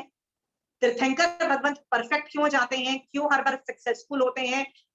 जब वो तीर्थंकर भगवंत जब वो व्याख्यान देते हैं संबोधन में, सामने कोई भी आता है, कितने भी अकड़ में आए।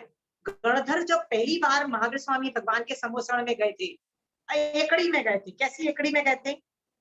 गौतम स्वामी भगवान जब पहली बार महावीर स्वामी भगवान के संबोधन में गए थे, सब एकड़ी में गए थे। अब भी सामने वाले को ना निरुत्तर करके मैं अपना शिष्य बनाऊंगा, सब एकड़ी में गए थे। महावीर स्वामी भगवान को कितनी देर लगी उनकी एकड़ी खत्म करने में, उनको सम्यक दर्शन की स्पर्शना करवाने में, और उनके अंदर कौन सा ज्ञान, दृष्टिवाद का ज्ञान उत्पन्न करने में कितनी देर लगी? 1 दिन भी नहीं लगा, नॉट इवन 1 डे। और सम्यक दर्शन की स्पर्शना तो अंतर्मुहूर्त भी नहीं लगा होगा, आर्ग्यूमेंट जो चालू हुआ। सोचो कितनी देर लगी उस महावीर स्वामी भगवान को। हाँ, now you understand the difference in the teaching impact power. I am a teacher, I am not wrong, I am doing perfect things, exactly what this thing, but मेरे में सम्यक ज्ञान, सम्यक दर्शन, सम्यक चारित्र का लेवल और तीर्थंकर भगवंत के लेवल के डिफरेंस की वजह से impact on the students is different. Is it clear? आप समझ में आ गया है? मैंने यहाँ कहीं भी अपने आप को बेकार नहीं बोला है। क्या बोला है? छोटा बोला है, याद रखना, बेकार नहीं बोला है, छोटा बोला है कंपैरेटिव टू तीर्थंकर भगवंत। ओके, इसमें किसी को समझ में, इसमें किसी को वेरिएबल में किसी को समझ में आ रहा है? डिफरेंट कोई क्वेश्चन है तो पूछ लो, कोई डाउट नहीं है? बेसिक रूप में तो तीर्थंकर तो वितरागी और अपन मानव है, तो बेसिक तो फर्क होएगा ही ना। नहीं, पर मैं अपना पढ़ाने में वीतराग दशा की जरूरत नहीं है। पढ़ाने में मेरे को वीतराग दशा की जरूरत नहीं है। I can be ragi and dweshi and I can teach. पढ़ाने में मेरे को ज्ञान की जरूरत है, सम्यक दर्शन की जरूरत है और चारित्र की जरूरत है। याद रखना Chanchal ji, there is a too big difference in that. I don't need to be vitaragi. लोगों को जब पढ़ाते हैं ना, लोगों को क्या लगता है, आपको एक चीज बताऊं, लोगों को क्या लगता है पढ़ाने के लिए ज्ञान की जरूरत होती है। नहीं, तीनों चीजों की जरूरत होती है on the part of the teachers. ज्ञान तो ज्ञानी लोग, मुझसे बहुत ज्ञानी लोग बैठे हैं, याद रखना, ज्ञानी इज अ डिफरेंट, ज्ञान is a different ball game. You need all 3। मैं कई बार आपको बोल चुकी हूँ, चारित्र से चारित्र आता है, ज्ञान से चारित्र नहीं आता है। याद रखना, चारित्र बोलता है, ज्ञान नहीं बोलता है। ये सब डायलॉग्स में आपको सुना चुकी हूँ। एनीवे कमिंग बैक टू, दो एक्सट्रीम केसेस आपको मैंने एक्सट्रीम केसेस बता दिए। इन दो एक्सट्रीम केसेस में एक बेस्ट केस सिनेरियो है, एक वर्स्ट केस सिनेरियो है। Okay, I am a worst case scenario, tirthankar bhagwant is the best case scenario. इसमें एक चीज याद रखने को है, जब कंपैरेटिव पिक्चर करते हैं ना, तो वर्स्ट केस सिनेरियो को बेकार नहीं बोला जाता, सिर्फ छोटा बोला जाता है, इम्पैक्ट इज लेस बोला जाता है। Is it very clear? ये समझ में आ रहा है? कोई मेरे को गाली घटिया समझ के कल से क्लास में आना मत बंद कर देना please. Okay, I am not bekaar. Okay okay, now I am doing my presentation. Okay, teachers बहुत है दुनिया में, बहुत है दुनिया में। जैन धर्म के टीचर्स मैं आपको बताती हूँ, मैं भी जैन धर्म पढ़ाती हूँ, कंचन आंटी भी पढ़ाती है, she is also teacher. All the most of the sadhus teach, most of the sadhus barring some, कोई किसी को मेडिकल प्रॉब्लम वाले साधु जो होते हैं, कुछ प्रॉब्लम की वजह से कोई साधु नहीं पढ़ाए, उनको छोड़ के सारे साधु पढ़ाते हैं। all the sadhus are teachers. Is it true or not?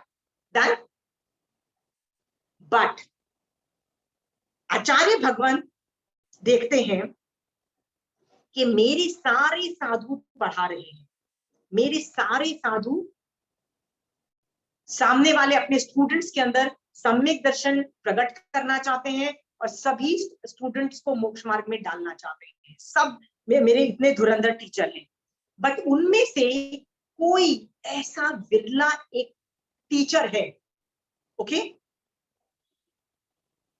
उसकी साधना इतनी हाई जा चुकी है, इतनी हाई जा चुकी है उस साधु की में, कि उसको ज्ञान मैक्सिमम लेवल पे है, ज्ञान मैक्सिमम लेवल पे है। किस लेवल के है कि उसको 32 आगम, मतलब जितना भी अवेलेबल ज्ञान है, इन केस ऑफ 14 पूर्व का ज्ञान, उसको 14 पूर्व का ज्ञान होता है, बट इन केस जिस आदमी के पास 14 पूर्व नहीं है, जितना भी अवेलेबल ज्ञान है, जिस आदमी को मैक्सिमम आता है ना, राइट, सूत्र रूप में, अर्थ रूप में और एप्लीकेशन रूप में, तीनों रूप में जिस साधु को आता है, तो आचार्य बड़ा खुश होता है कि ज्ञान का मैक्सिमम लेवल ये साधु पे है।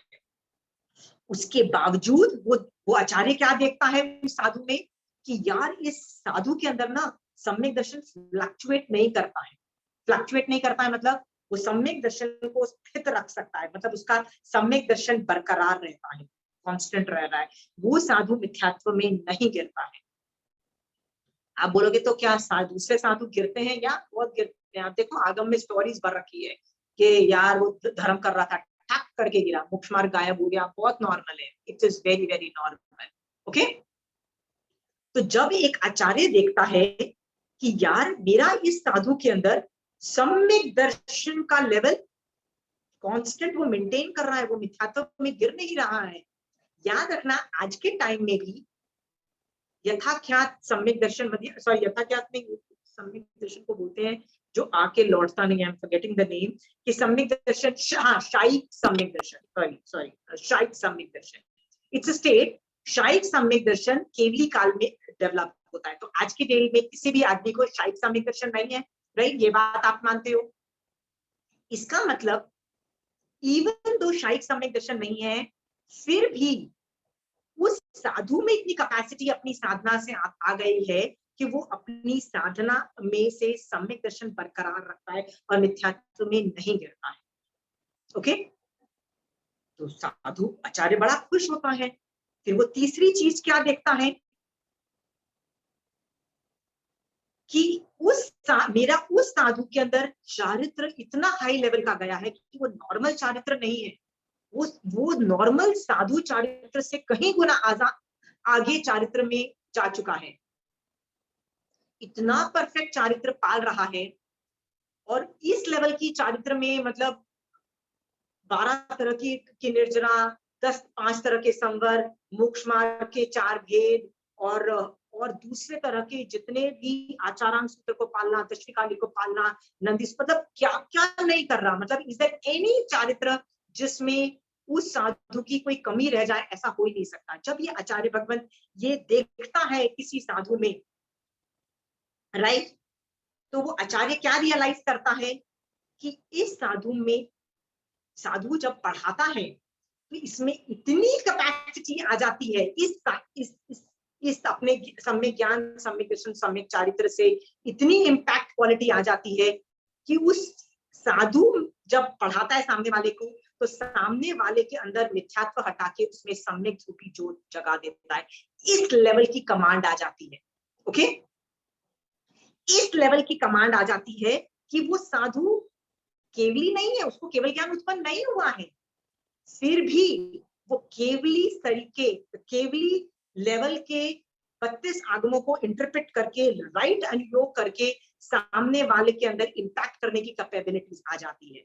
इसका मतलब वो साधु की साधना की वजह से वो साधु केवली नहीं है, पर केवली की तरह इंटरप्रिटेशन कर पा रहा है और इंपैक्ट कर पा रहा है। वो जिन नहीं है, जिन मतलब केवली नहीं है, जिन नहीं है, पर जिन सरीखे इंपैक्ट कैपेबिलिटीज आ गई है। ठीक है, जनरली मेरे जैसे लोगों को बोलो ना, तो मैं क्या बोलती हूँ, यार मैं पढ़ा रही हूँ, आज नहीं सम्यक दर्शन स्पर्शेगा, कल आ जाएगा, कल नहीं आएगा तो 6 महीने में आ जाएगा, 6 महीने में नहीं आएगा तो 1 साल में तुम्हारे में आ जाएगा, क्योंकि मेरे में इतनी कैपेसिटी नहीं है। मैं तुम लोगों को बोलती हूँ, यार थोड़ी साधना बढ़ाओ ना यार, तुम प्लीज समय थोड़ी बढ़ाओ ना, तुम धर्म साधना बढ़ाओ ना। मैं अलग अलग तरीके से मेहनत करती हूँ, but I can not guarantee it. Okay, but ये जो साधु है ना, इसके ज्ञान दर्शन चारित्र से इसमें कैपेसिटी आ जाती है सामने वाले के अंदर से मिथ्यात्व हटा के सम्यक रूपी ज्योत जगाने में। देखो कितनी इंपैक्ट पावर बढ़ गई है ये साधु की। ओके,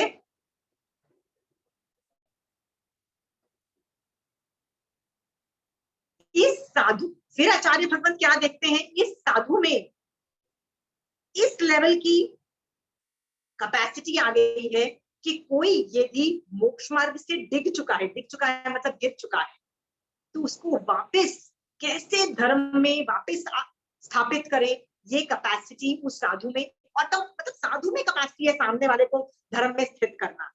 ओके,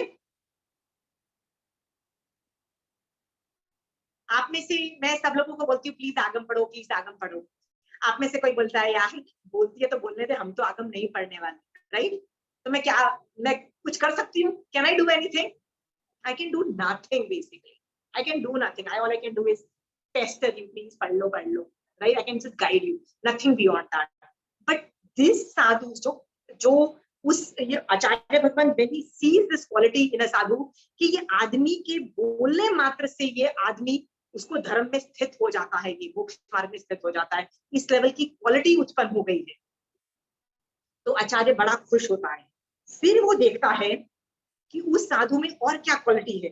फिर वो देखता है कि ये साधु में कषाय कंट्रोल खुद तो कर रहा है, बट फ्यूचर में आचार्य को कॉन्फिडेंस आ जाता है कि फ्यूचर में भी ये साधु कषाय से नहीं गिरेगा। इस लेवल का कॉन्फिडेंस आचार्य को आ जाता है उस साधु के प्रति। तो आप बोलोगे ये तो सभी साधु के लिए एप्लीकेशन होना चाहिए। नहीं, आप देखो, आंखें खोलो, अच्छे साधु के अंदर लोभ कषाय आ जाता है। क्या लोभ कषाय आ जाता है? यार मुझे आचार्य की पदवी मिलनी चाहिए। ये क्या है? What is it? It is just लोभ कषाय and nothing else.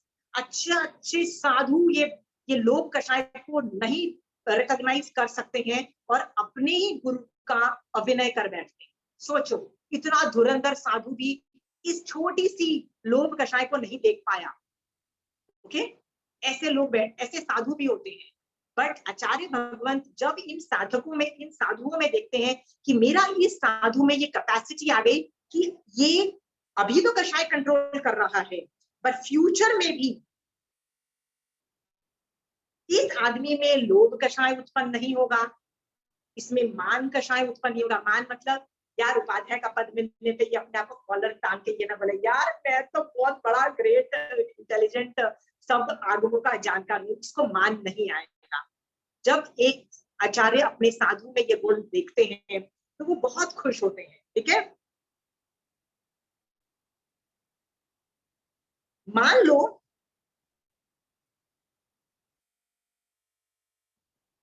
एक आचार्य एक इनकॉम्पिटेंट साधु को यदि एक पदवी दे देते हैं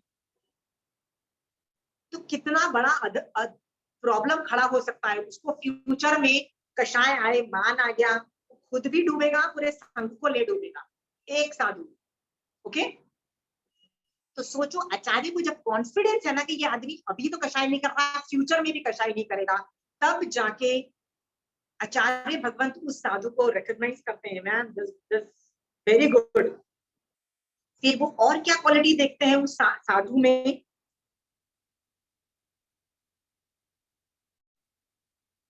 आचार्य देखते हैं कि ये जो साधु है ना, जो अभी साधना कर रहा है ना, वो साधना से अपनी साधना रिड्यूस नहीं करेगा, कम नहीं करेगा। अब बोलोगे what do you mean by कम नहीं करेगा, कौन कम करना चाहता है? देखो कर्म उदय तो सबके होते हैं, तो साधु के भी कर्म उदय हुए। मान लो मेडिकल प्रॉब्लम उदय में आई, मतलब असाता वेदीय कर्म की वजह से मेडिकल प्रॉब्लम आई, तो एक साधु भी अपनी साधना रिड्यूस करता है कि नहीं करता है? करता है। कोई भी 28 कर रहा होगा ना, वो उसको कई बार पारनी पड़ जाती है, अपनी साधना कम करनी पड़ जाती है। याद रखना, उपाध्याय मतलब आचार्य भगवान देखता है कि ये जो साधु है, जिस लेवल की साधना अभी कर रहा है ना, इसको चाहे कुछ भी हो जाए, ये अपनी साधना कम नहीं करेगा, क्योंकि साधना कम करेगा तो चारित्र कम होगा, चारित्र कम होगा तो टीचिंग एबिलिटी, तो इम्पैक्ट ऑन द सामने वाला विल गेट रिड्यूस। तो जब ये आचार्य भगवंत देखते हैं तो उस साधु को देख के बड़े खुश होते हैं। ओके, फिर वो एक और क्वालिटी देखते हैं उस साधु में। क्या क्वालिटी है? कि मेरे इस साधु में ये योग्यता आ गई है कि इसको मनुष्य या देवता कोई उसको उल्लू बनाने की कैपेसिटी नहीं रखता है। अब बोलोगे what kind of adjective is that, कि मनुष्य या देवता उसको छलने में सामर्थ्य नहीं। I mean how, what kind of adjective is that? The answer is देवता ना बहुत बहुत बहुत पावरफुल चीज होते हैं। देवता के बारे में हम आगे चल के देखेंगे, 4 तरीके के देवता कैसे होते हैं, उनकी कितनी पावर होती है। वो इतने पावरफुल होते हैं कि अच्छे अच्छों का बाजा बजाते हैं। आप बोलोगे कहाँ लिखा है कि देवता अच्छे अच्छे का सा बाजा बजाते हैं? मैं आपको बताती हूँ। उपासक दशांग सूत्र पढ़ना। उपासक दशांग सूत्र में महावीर स्वामी भगवान के 10 श्रावकों का वर्णन आता है कि वो इतने ग्रेट ग्रेट श्रावक थे। उन श्रावकों में से आधे लोगों को देवताओं ने टॉर्चर किया, किसी भी न किसी तरह से टॉर्चर किया। देवता ने अपनी पावर, अपनी एकड़ी दिखाई, पावर प्ले किया। उनमें से आधे लोग फेल्ड मतलब दे रियली लॉस्ट इट, वो गिर गए, अपने संभावों से गिर गए। किसी श्रावक को जब तक खुद को टॉर्चर कर रहे थे या बच्चों को टॉर्चर कर रहे थे तब तक उन्होंने संभाव रखा, पर जब मम्मी को टॉर्चर कर रहे थे तो वो भावों से गिर गए। इसका मतलब चारित्र से गिरे, राइट? फिर उसकी मम्मी ने आके डांट लगाई कि जो तुमने किया ना, तुम चारित्र से गिरो, अभी बैठ के आलोचना करो, ये तो देवता ने सब किया। तो वो श्रावक वापस स्थिर हो गया और महावीर स्वामी भगवान ने भी उसको ग्रेट बोला। Trying to tell you is कि श्रावक गिरते हैं यार, देवता के सामने हम लोग अच्छे खासा बाजा बन जाता है। बट उस साधु में यदि ये योग्यता आ जाती है अपनी साधना की वजह से कि देवता और मनुष्य भी, मतलब देवता भी उनको छलने में, उल्लू बनाने में सामर्थ्य नहीं होते हैं, तब जाके आचार्य भगवत बहुत खुश होते हैं उस आचार्य को देख के। ठीक है? हाँ, आचार्य भगवंत उनकी पुण्यवाणी उस साधु की चेक करते हैं कि क्या इस साधु में नमस्कार पुण्य ढेर सारा है कि नहीं है, राइट? क्योंकि सब साधुओं में नमस्कार पुण्य नहीं होता है, आदय में नामकरण का उदय नहीं होता है। बहुत लोगों को, बहुत साधुओं को ये प्रॉब्लम होती है। जैसे वो कौन से साधु थे, बाल हरिकेशी थे, जिनके पास नमस्कार पुण्य नहीं था, बाजा बजा था, कोई भी आके गाली देके जाता था, सब कुछ होता था, राइट? बहुत हाई लेवल की साधना में थे कि बाद में केवल ज्ञान तक उत्पन्न हो गया। इतनी अच्छी साधु होने के बावजूद भी नमस्कार पुण्य की प्रॉब्लम थी। ओके, इसीलिए आचार्य भगवंत ये भी चेक करते हैं कि इस साधु में नमस्कार पुण्य की तो प्रॉब्लम नहीं है, इस साधु में अदय नामकरण की तो मतलब प्रॉब्लम नहीं है। जब वो ये देखते हैं ना, तो उनको क्या लगता है कि ये मेरा साधु की इम्पैक्ट लेवल बहुत जबरदस्त है एज अ टीचर। तब वो जाके सोचते हैं कि इस साधु को मैं क्या दे सकता हूँ, उपाध्याय की पदवी दे सकता हूँ। समझ में आया? कब दी जाती है? अभी इतना होने के बाद भी जब आचार्य भगवंत सारी योग्यता चेक करते हैं और एक साधु को उपाध्याय की पदवी देते हैं, उसमें भी बहुत बहुत चीजें सोचते हैं। जैसे कई संघ ऐसे हैं जो जिसमें बहुत योग्य साधु हैं जो उपाध्याय के पद के योग्य हैं, तो आचार्य भगवंत जब उनको देना चाहते हैं ना, तो वो साधु क्या बोलते हैं, प्लीज मत दो हमको ये उपाध्याय का पद, क्यों मत दो। ज्ञानगच्छ में ये हालत है कि उनको कोई बोलो ना कि उत्पन्न हो जाए, हाँ, क्योंकि मान आ सकता। Very good. क्योंकि ज्ञानगच्छ में यही होता है कि किसी को मान लो लगे भी ना कि भैया अपनी योग्यता है, आचार्य भगवंत देना भी चाहे ना, तो साधु क्या बोलता है कि भैया पद जो मैं काम अभी कर रहा हूँ साधु बनके, और जो मैं उपाध्याय में करूंगा, दोनों काम तो सेम ही है, और निर्जरा भी सेम है। निर्जरा भी सेम ही है ना, ऐसा तो नहीं है ना कि जब मुझे पद मिल जाएगा तो निर्जरा डबल हो जाएगी, ऐसा तो नहीं है ना। तो काम भी वही है, निर्जरा भी वही है, तो मैं पद लेके रिस्क क्यों लू रिस्क। गलती से मान आ गया तो मरूंगा मैं, ये सोच के भैया चाहिए ही नहीं मुझे पद। ऐसे कई संघों में they don't, the sadhus are not ready to take the Upadhyay पद।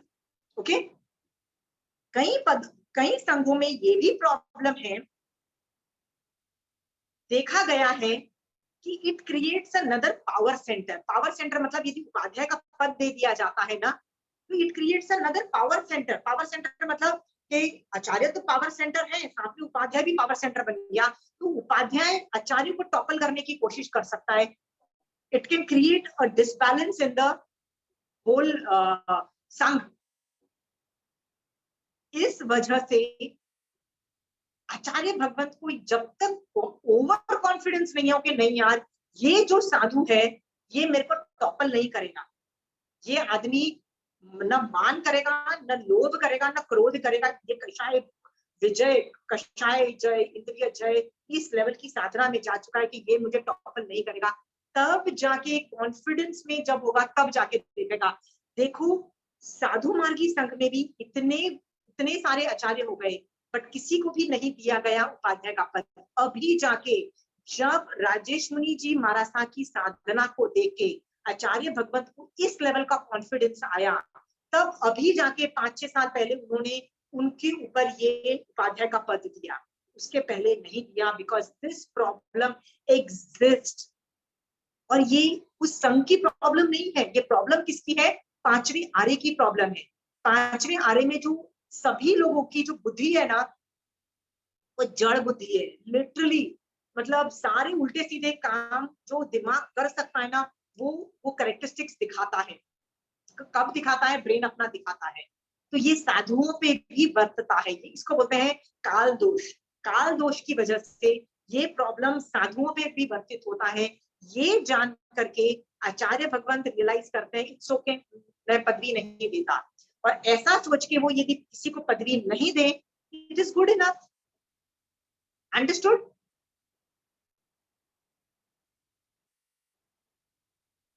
सो हर संघ में यदि नहीं दी जा रही है ये पदवी, तो अलग अलग कारणों से नहीं दी जा रही है, दी जा रही है तो भी अलग अलग कारणों से दी जा रही है।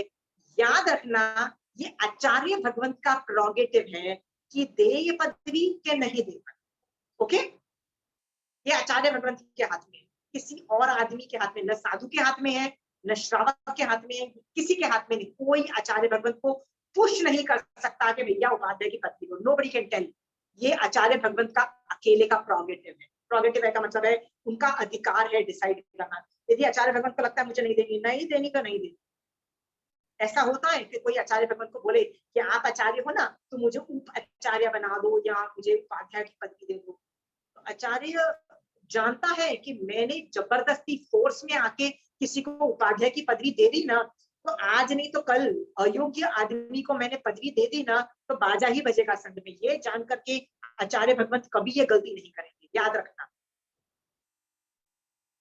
फिर आप बोलोगे कि जो उपाध्याय है क्या वही ग्रेट टीचर्स हैं? नहीं, बहुत ऐसे ग्रेट टीचर्स आपको दिखेंगे, बट सारे पैरामीटर्स मैच नहीं करेंगे, 10 और चीजें मैच नहीं करेगी, तो आचार्य भगवंत अपने शिष्य को उपाध्याय का पद नहीं देंगे इस पंचम काल में, तो भी इट इज ओके, अंडरस्टूड।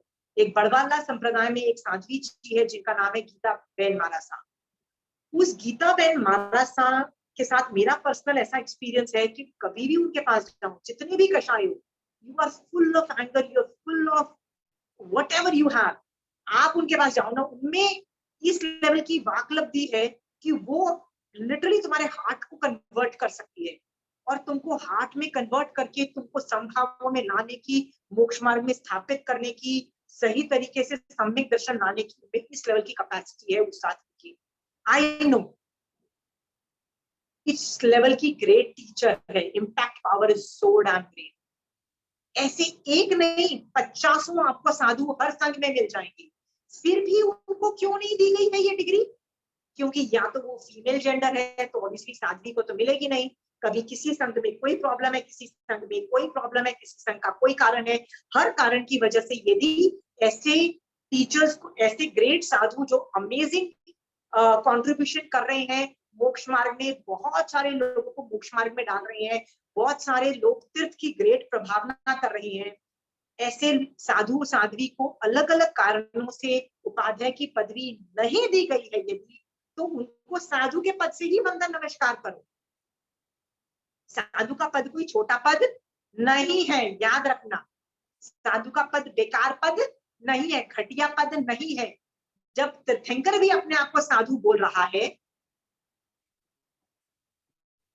तो please Sadhu, being a Sadhu is also good, but being an, यदि किसी संघ ने उपाध्याय की पदवी दी है, मीन्स कि acharya bhagwant is realising the extraordinary capacity of that sadhu. Okay, understood?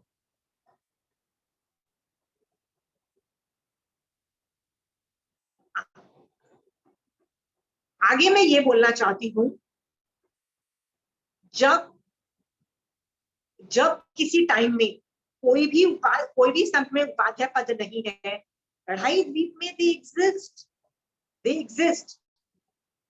इस अपेक्षा से you don't have to pinpoint a person जिसको तुम वंदन नमस्कार कर रही हो। आप अपनी आंखें बंद करो और बोलो, उपाध्याय भगवंत ढाई द्वीप में आप जहां भी हो, मेरा नमस्कार आपके पास जाता है। आप में इतनी कैपेसिटी आ चुके हो कि ऐरवत क्षेत्र में और महाविद्य क्षेत्र में बैठ के भी आप मेरे अंदर से मिथ्यात्व हटा के सम्यक रूपी ज्योत जगा सकते हो। मैं यदि गिरी हुई हूं तो मुझे मोक्ष मार्ग में वापस स्थापित कर सकते हो, राइट? और जितने जो भी गुण मैंने बताए वो कर सकते हो। You can do that. Is it very clear? Is the concept of Upadhyay Bhagwant clear in your head? इसके बाद इज इट वेरी क्लियर? जब मैं एंड कर रही हूं तो मैं आपको एक चीज बोलना चाहती हूं कि when I started this whole description, मैंने दो तरह के टीचर्स लिए थे। एक तो मैंने अपने आप को टीचर बोला था और एक तीर्थंकर भगवंत को टीचर बोला था, राइट? तो मुझे तो पहले ही पता था कि श्रावक तो कभी उपाध्याय की पदवी उसको मिलती नहीं है, तो भैया मैंने अपने आप को क्यों टीचर, मतलब मैंने अपने आप को टीचर के रेंज में रखा क्यों? इसलिए बोला क्योंकि जब कंपैरेटिव पिक्चर की जाती है, कंपैरिजन किया जाता है, तो एक आदमी को ग्रेट बोला जाता है और एक आदमी को लो बोला जाता है कि no that person is not that great. Okay, हाँ? सो मैं अपने आप को यदि बोलूं कि no I am not that good, I am not that good, is okay, but बोलना मुझे क्या चाहिए था? साधु की अपेक्षा कंपैरेटिव पिक्चर देना चाहिए था, साधु की अपेक्षा। बट गलती से भी कुछ मेरे मुंह से ऐसे अक्षर निकलते जिससे मैं साधु को लुक डाउन करती कि नहीं, उनके ज्ञान दर्शन चारित्र में किसी भी तरह की कमी है, इसलिए मैंने उनका नाम नहीं लेके अपना नाम लिया। I as a teacher and तीर्थंकर भगवंत as a teacher. Are you understanding? So पूरे कॉन्सेप्ट के अंदर whenever I am saying me as a teacher, obviously I knew I can never be an upadhyay, but all sadhus can be an upadhyay, have the capacity to become an upadhyay, but मैंने उनका नाम लेके क्यों नहीं बोला? गलती से भी मेरे मुंह से कुछ ऐसे अक्षर नहीं निकल जाते जिसकी वजह से I would have looked down, या आप समझते कि वो लोग इतने परफेक्ट नहीं है। इस वजह से मैंने साधु का नाम नहीं लिया है, and I use me as a teacher. So replace me मतलब जहां जहां आप फिर से देखना पूरी ये क्लास, और मेरे को रिप्लेस करके जब सब साधुओं को रियलाइज करोगे ना, then you will get a whole picture कि ये जब उपाध्याय की पदवी दी जाती है ना, तो ये साधुओं में से सिलेक्शन किया जाता है. Understood as a teacher? Is that clear? The concept is clear? Okay. So up till now मैंने क्या बोला है? You should know certain things.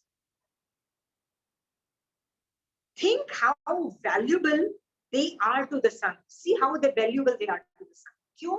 Why are they valuable? क्योंकि वो जो धर्म की प्रभावना कर रहे हैं ना, मैक्सिमम लेवल पे हो रही है. उनसे ज्यादा धर्म की प्रभावना, क्योंकि धर्म ज्ञान से आगे चलता है. सम्यक दर्शन और सम्यक चारित्र से धर्म की प्रभावना होती है. वो मैक्सिमम लेवल पे है. इसीलिए ये लोग धर्म की मैक्सिमम संग में इनकी वैल्यू, मतलब इनकी इंपॉर्टेंस है. ओके. ये कितने जीवों को मोक्ष मार्ग में जोड़ने की वजह से ये लोग जत्थे के जत्थे लोगों को अपने साथ मोक्ष मार्ग में जोड़ रहे होते हैं. मेरी कितनी कैपेसिटी है लोगों को जोड़ने में, और इनकी कैपेसिटी कितनी, जमीन आसमान का फर्क है. ये लोग जत्थे के जत्थे जोड़ रहे हैं. और कितने जीव जो मोक्ष मार्ग से गिर चुके हैं उनको स्थिर करने की लोगों में जत्थे के जत्थे लोग जो परिवाही हो चुके हैं उनको वापस मोक्ष मार्ग में डालने की उनमें कैपेसिटी है. Please keep appreciating this Upadhyay Bhagwant. Okay. I hope you have figured out the concept of an Upadhyay. किसी को क्वेश्चन आंसर्स हैं तो I finish my presentation. Let's start asking questions. Aunty क्या पूजा? आंटी आई एम आस्किंग कि जब केवली भगवंत होते हैं तब भी उपाध्याय की पदवी दी जाती है कि नहीं दी जाती? मतलब जब तीर्थंकर भगवंत होते हैं तो तीर्थंकर के टाइम में गणधर होते हैं. गणधर नाम के कोई स्पेसिफिक स्पेशलाइज्ड पीपल होते हैं. ओके. ये तीर्थंकर के टाइम में ना सिर्फ धर्म आगे चलाने की बात नहीं होती है. धर्म को पूरा बनाना, compilation of the data and dissemination का पूरा काम गणधर करते हैं. और गणधर बहुत बड़ी चीज होती है. इसलिए उस टाइम में मोस्ट प्रोबेबली उपाध्याय भगवंत की पदवी देने की जरूरत नहीं होती, क्योंकि गणधर उनसे भी सुपीरियर लेवल पे सारे काम करते हैं. बट 32 आगम में कहीं, 32 आगम और दूसरे ग्रंथों में कहीं ये मेंशन नहीं आया है कि तीर्थंकर के टाइम में उपाध्याय की पदवी दी गई कि नहीं दी गई. ये कहीं नहीं मेंशन आया है. So I can't say for sure, but according to what I have understood Jainism is कि तीर्थंकर के टाइम में ये सारा काम गणधर लेवल का जीव करता है, which is way superior to a lot of things. Okay, they don't need a Upadhyay. Understood? गणधर का तुम की क्वालिफिकेशन देखोगे ना, वो उपाध्याय से मिलियंस ऑफ टाइम्स ज्यादा उनका जॉब प्रोफाइल है. मतलब बहुत ज्यादा उनको तो कंपाइलेशन ऑफ डेटा भी करना है, डेसिमिनेशन भी करना है, बहुत कुछ करना है. पर उपाध्याय भगवंत को तो सिर्फ डेसिमिनेशन करना है. ओके पूजा. सो मुझे जहां तक लगता है तीर्थंकर के टाइम में जरूरत नहीं होने की है, बट इसका होना नहीं होना कहीं भी ग्रंथों में, भाष्य, चूर्णी, टीका या आगम में इसका मेंशन नहीं होता है. So I am assuming it is not there, but if it is there then I don't know. Pooja. Okay. Anybody else? If you are going so specific, Pooja, let me give you another impact also. उपाध्याय, आज के जो उपाध्याय भगवंत है ना, केवल ज्ञान तो हो ही नहीं सकता है, उनको मन पर्याय ज्ञान भी नहीं हो सकता है, क्योंकि मन पर्याय ज्ञान का विच्छेद हो चुका है. You all know right? तो आज के जो उपाध्याय भगवंत है उनको मन पर्याय ज्ञान भी नहीं हो सकते हैं, और अवधि ज्ञान भी उत्कृष्ट अवधि ज्ञान नहीं हो सकता है. छोटा अवधि ज्ञान हो सकता है. छोटा मतलब द क्वालिटी ऑफ अवधि ज्ञान वुड बी अ स्मॉल, क्योंकि परम अवधि ज्ञान का भी विच्छेद है. सो दिस उपाध्याय की जो पदवी वाला जो पर्सन है, इसके पास मति शुद्ध के अलावा अवधि ज्ञान, छोटी अवधि ज्ञान होने की कैपेसिटी है. परम अवधि ज्ञान तो डेफिनेटली नहीं होगा, मन पर्याय ज्ञान डेफिनेटली नहीं होगा. ओके. ये भरत क्षेत्र की अपेक्षा में बोल रहे हैं. Any more questions?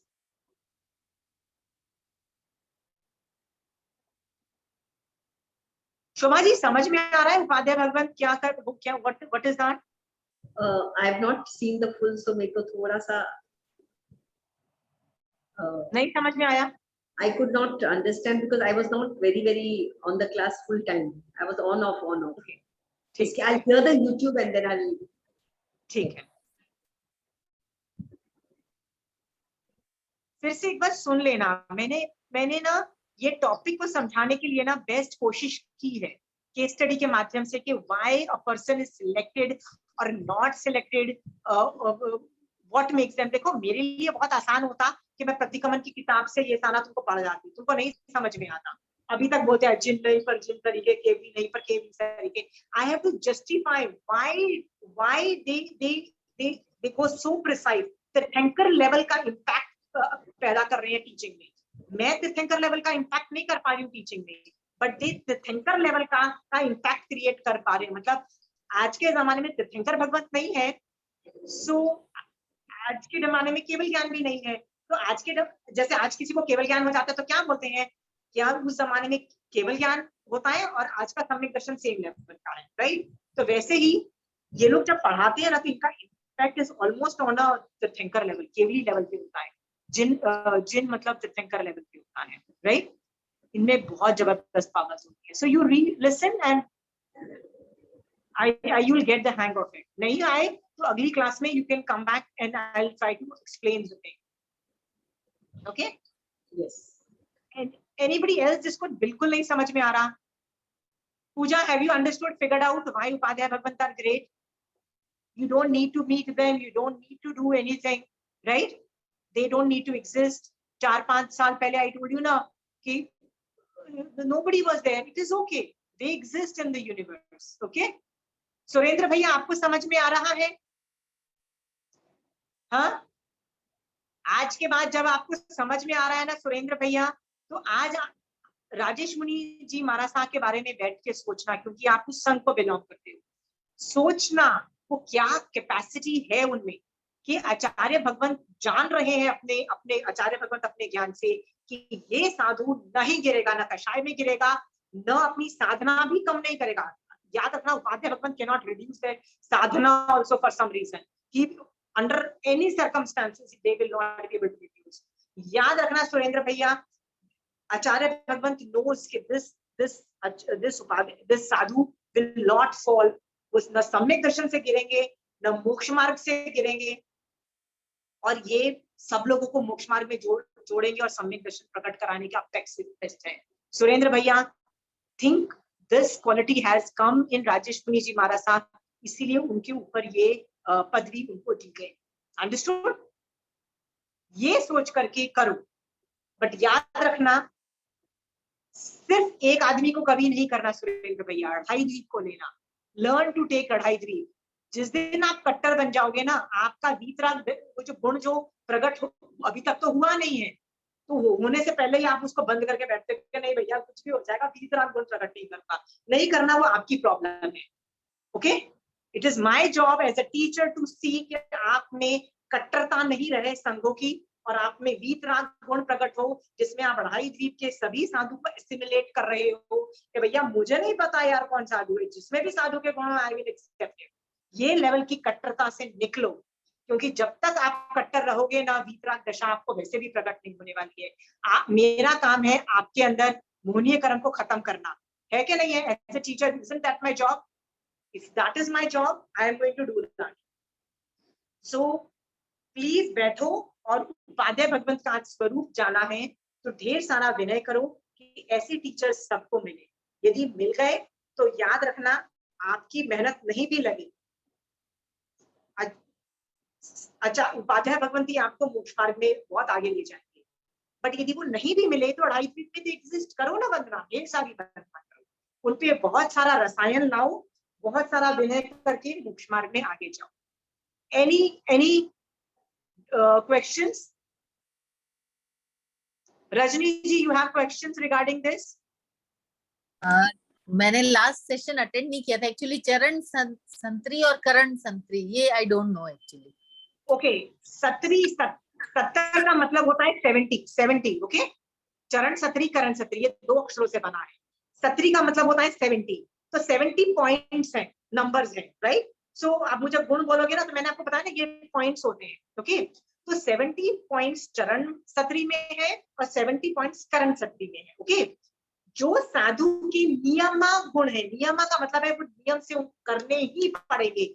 you don't have a option of doing it or not doing it, okay. जैसे 5 महाव्रत साधु को पालने ही पड़ेंगे काम वॉट में, ये नियमा के गुण है। नियमा का मतलब समझ में आ गया ना, ये ऑप्शनल नहीं है, उसको चरण में लेते हैं, चरण सत्री में डालते हैं, ओके। बट साधु के जो optional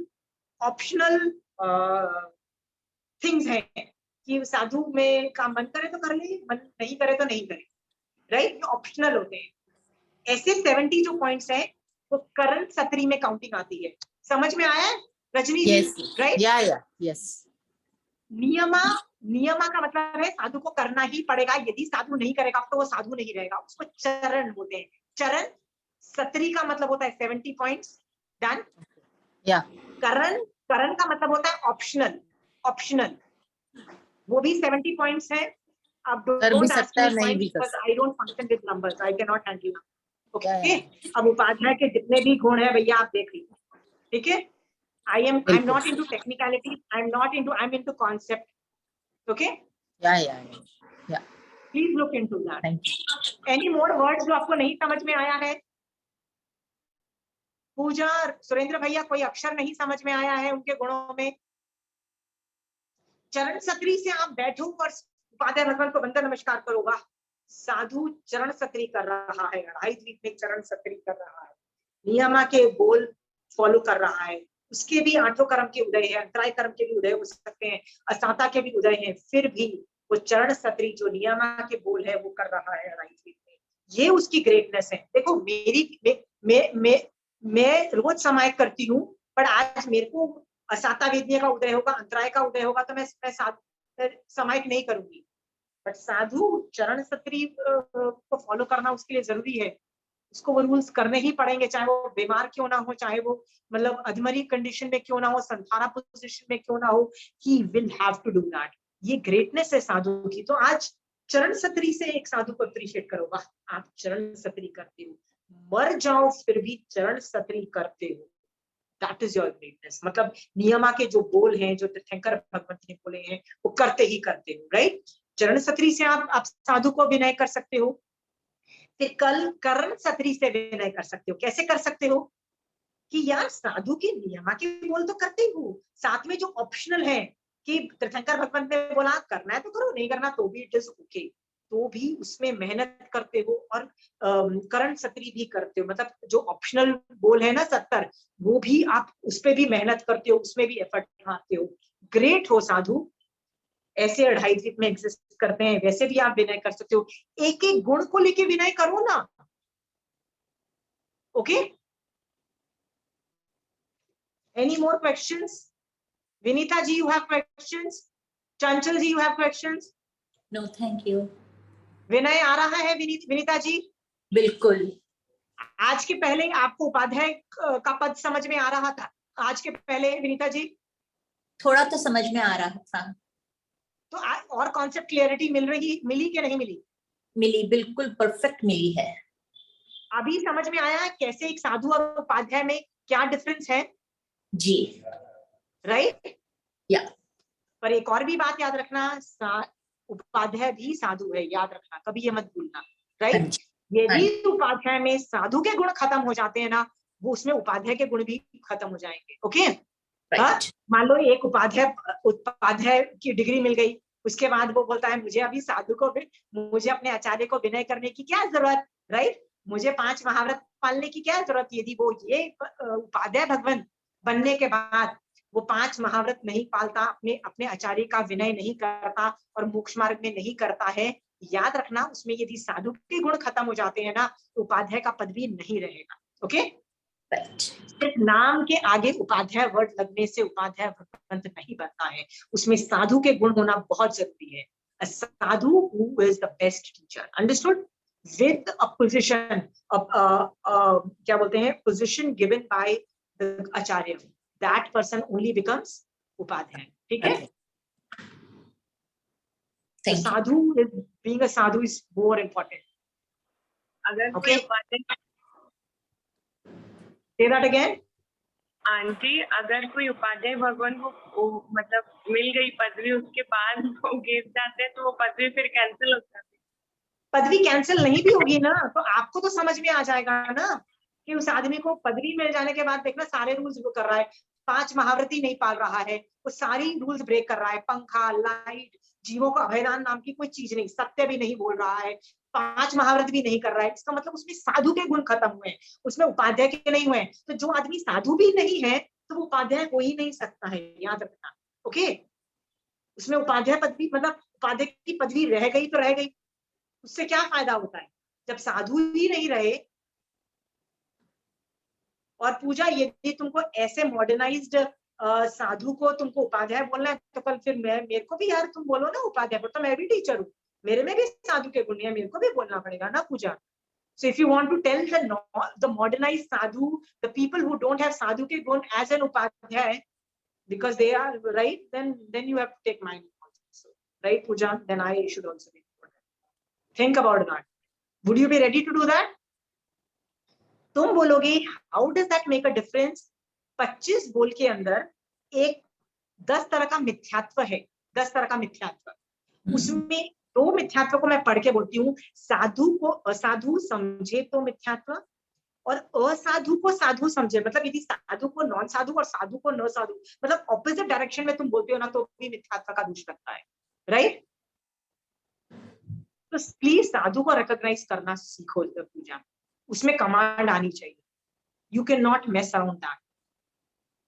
okay Pooja, I hope you have got figured it out and you gonna do great.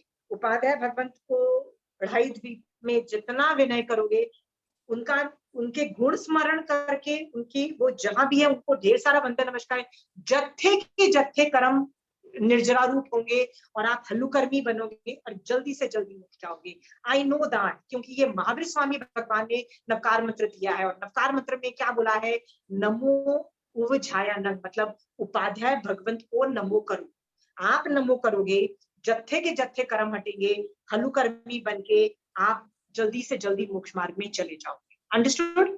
Please do that. Right? तीर्थंकर की आज्ञा फॉलो करो. नमो उवझायानंद. जय Jinendra. Thank you, Nendra. Thank you. Thank you.